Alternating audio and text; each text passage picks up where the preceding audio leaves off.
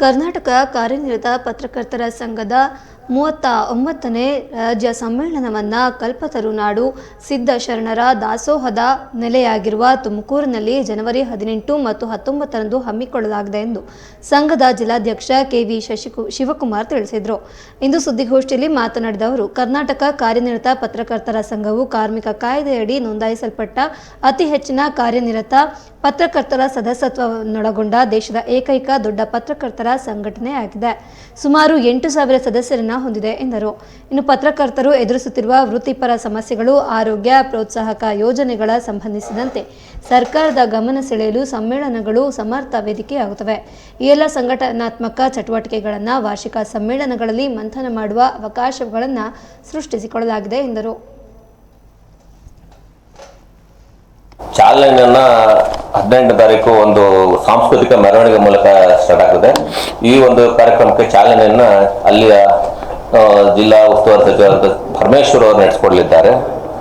ಅದ ನಂತರದಲ್ಲಿ ಒಂದು ಸಮ್ಮೇಳನದ ಉದ್ಘಾಟನೆಯನ್ನ ನಮ್ಮ ನಾಡಿನ ಮುಖ್ಯಮಂತ್ರಿಗಳಾದಂತಹ ಸಿದ್ದರಾಮಯ್ಯ ಅವರು ವಹಿಸಲಿದ್ದಾರೆ.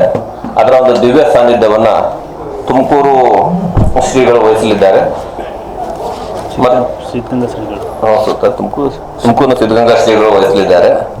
ಮತ್ತೆ ಈ ಉದ್ದೇಶ ಮುಖ್ಯವಾಗಿ ಏನಂದ್ರೆ ನಮ್ಮ ಪತ್ರಕರ್ತರ ಸಂಘದ ಬಗ್ಗೆ ಸಣ್ಣ ಮಾಹಿತಿ ಏನಂದ್ರೆ, ನಾವು ಆಲ್ರೆಡಿ ಈಗ ಒಂದು ಕಾರ್ಮಿಕ ಕಾಯ್ದೆ ನೋಂದಣಿಯಾದ ಸಂಘ ಆಗಿದ್ದು, ಇದಕ್ಕೆ 8,000ಕ್ಕೂ ಹೆಚ್ಚು ಜನ ನೋಂದಾಯಿತ ನಮ್ಮ ಪತ್ರಕರ್ತರಿದ್ದಾರೆ. ದೇಶದಲ್ಲೇ ಇಷ್ಟು ದೊಡ್ಡ ಸಂಘಟನೆ ಅಂತ ಏನಾದ್ರು ಇದ್ರೆ ಅದು ಪತ್ರಕರ್ತರದ್ದು ನಮ್ಮ ಕರ್ನಾಟಕ ಕಾರ್ಮಿಕ ಪತ್ರಕರ್ತರ ಸಂಘ ಅಂತ ಹೇಳಲಿಕ್ಕೆ ಹೆಮ್ಮೆ ಆಗ್ತದೆ.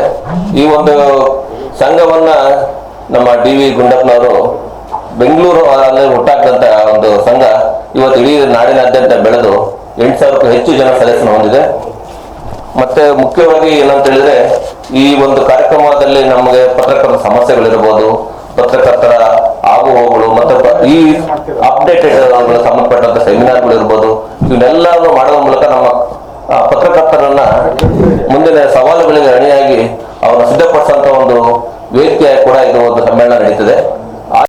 ಉಮೇಶ್ ಭಟ್, ಹರೀಶ್ ರೈ, ಗುರುನಾಥ್, BM ಅನೀಫ್, TM ಸತೀಶ್ ಮೊದಲಾದವರು ಭಾಗವಹಿಸಲಿದ್ದಾರೆ.